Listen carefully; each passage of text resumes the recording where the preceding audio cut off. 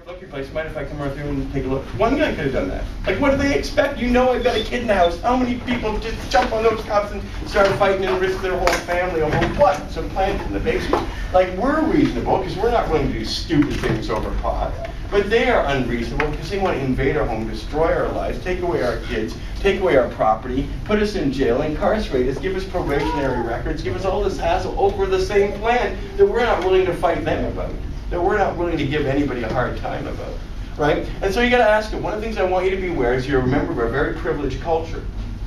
You see, if you were Jewish, they can't do that to you anymore because you're Jewish, although they used to. And you can't do that to you because you're black, because that's uncool anymore. They can't do it to you because you're a woman. You can't take away your property, even if you're a murderer. If you murder someone, you don't lose your house.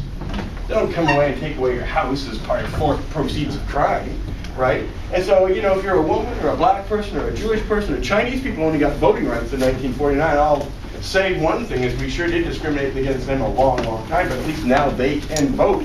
You know, many people in the world who've got a conviction for marijuana can't vote.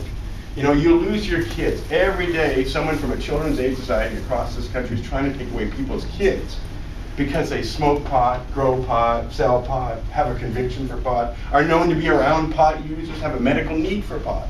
You know, and when we go through these kind of things that are unacceptable for every other group in society today, every other group, no one would tolerate that. You know, any religious group, any philosophical group, even you know, there are people who are persecuted in the world, but no one is more persecuted around the world than the cannabis people. Over 250,000 people are in jail at any given time for cannabis, at least 70,000 in the United States out of that 250,000. Several thousand in Canada are in jail at any one time. And just to let you know how vulnerable your rights are, they want to put me in jail for life imprisonments. And I'm 50 years old, so anything more than 15 years is really a death sentence on the installment plan for me. So if they can say I'm a money launderer because I gave away $4 million, which I'm so proud of and tell everybody what I gave away, right? Because that was the whole idea. When we started the revolution, was to earn a lot of money so we could give it away and use it as a good example for everybody else in the world and in Canada to do the same thing, like Ted's doing, like lots of people are doing. They're taking those principles and saying, how can I use my energy to develop a business that drives our community? You know, the cannabis community, the larger community, the community of people who medically need marijuana, the people who need marijuana. And I would say everybody needs marijuana. One of the things too that I tell you, remember we have 2 cannabinoid receptors. That's always important. Because the first thing I would ask any doctor who is critical of marijuana is, how come we have a cannabinoid receptor, not just in our body, but in our brain? We have 2 cannabinoid receptors. Wouldn't that be like because we're meant to take cannabis in?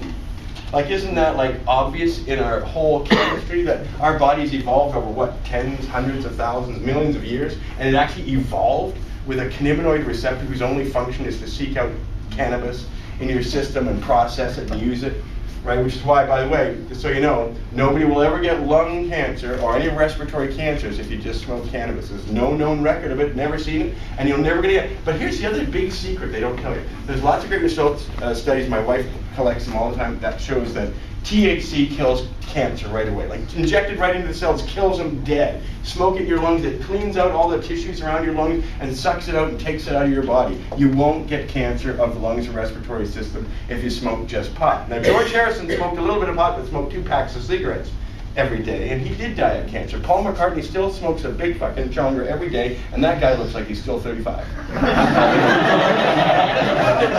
I'm just putting it to you. Paul McCartney looking good at 65, they're gonna get remarried again. George Harrison not with us. 2 packs a day of cigarettes, right? And I'm just saying that the contrasts are obvious, and they're obvious throughout all of society that way. You're never going to get Alzheimer's if you smoke lots of pot. It's not important that you smoke pot up till about age 50 for the purposes of Alzheimer's, but once you hit around 50 to 55, the cannabinoid receptor in your brain withers away without use. If you don't use it, it's like your prostate, man. If you don't use it, you will lose it.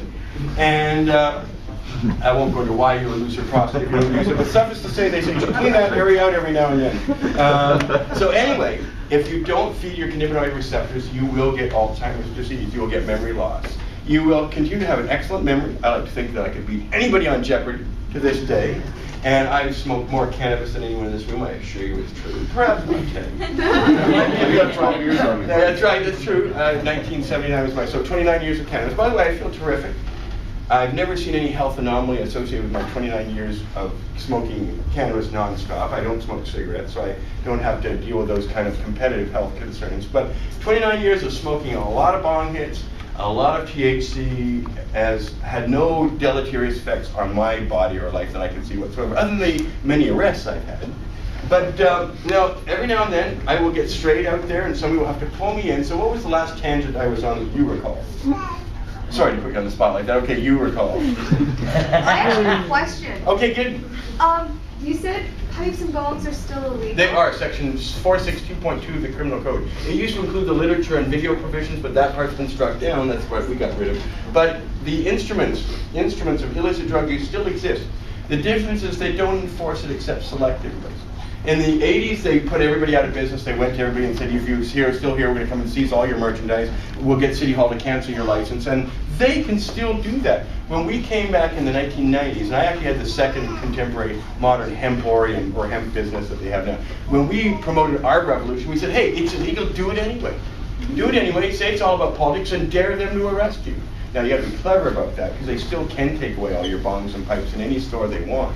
And they can keep them. It's not illegal to possess a pipe or bong in Canada. It's only illegal to sell them. It's unusual. It's anything like that. It's not illegal to possess them? It's not illegal to possess. In the United States, there's like felony and misdemeanor paraphernalia charges, but they are insane in the United States because they actually have overlapping laws there. They have laws municipally, state level, and federally, all about the same crime. So you could get caught and get charged federally, and then get additional state charges and even local charges, and have to deal with them all in the United States. Well, Marc, places like Langley and White Rock are trying to ban paraphernalia on their own. That's outside right. of the law. Now the thing is, the city councils are trying to ban paraphernalia by not licensing businesses that sell it or defining it. Surrey currently has a law like that. Langley is trying to pass one now where they charge a lot for a license to sell paraphernalia, but it's definitely illegal still. Langford actually passed a bylaw, I think in '96, banning hemp stores. Yeah. So as far as I know, we you got can't that even repealed though. Not the Langford one. Yeah, they can't ban a hemp store. Talk to Langford City Council, it's still on their books. Is that right? Well, that's a fun one to get through. Yes. I've been on this calling for quite some time. I was wondering if there's anything that would feel like a major accomplishment, like, I can go home and smoke one, I've done this, you know, you're saying about the money. I'm just wondering if there's anything that would be like, would get you sitting at home and be like, yeah. Well, first of all, a lot of people ask me, the most common question is, when do you think we're going to legalize pot? And I'm thinking, we'll never get complacent like that, because you know what, the second we legalize pot, some crazy bastard's going to be trying to make it criminal the next moment. And that's the way it's going to be our whole life. No, there's going to always be a group of people that doesn't like the pot people. And there's an important reason for that, okay? It's because we are responsible for everything good in the world. Right? And listen, I have learned that the better you are, the more superior you are to other people, despite what you think, the more other people will hate you as a consequence. Jewish people know about this and Chinese people know about this. The two groups in the world who are the best with money have the most people hating them. They are hated for their competence. They are hated for their ethical abilities with those things, right? And the more, like, what have we done for Stephen Jobs, pot smoker, gave us Apple computers. Bill Gates, pot smoker, gave us the Microsoft system. Moses Neimer gave her Much Music, City TV, pot smoker. Ted Turner founded CNN, smoking a big, huge chonger every day at CNN, right? And Mike Wallace, 60 Minutes. I'm not talking about people who are just good in their field. I'm talking about people who revolutionized their field. When you look at all the film directors who to this day smoke marijuana, and all the musicians, and by the way, a little test I like to do to people, think of yourself, you're on a deserted island, you have to choose your CD collection or your MP3 collection, as more young people might relate to that, or in the case of some really old people, your 78 record collection, whatever. But in any case, think of that if you had to choose between those that were produced by people who smoked pot and those that were produced by people who didn't smoke pot. Now just remember, every black musician is automatically in the smoked pot section. Right? You've got every reggae artist, I don't think anybody's going to dispute that, every blues artist, every jazz artist, right? Most rock and rollers, and certainly any of any quality, like Led Zeppelin, you know, Beatles, Rolling Stones, they're all in there talking, you know, they're all in the pot section. But then don't even stop there. People say, oh, I used to say, and then all you've got left is some Christian music and country news. But then I thought, hey, Toby Keith has got a song called Weed with Willie. And then there's Willie Nelson. And then there's all these other guys. There's Hank Williams Jr., Hank Williams III. These people all smoke pot. So most of your country collection is also on that side now.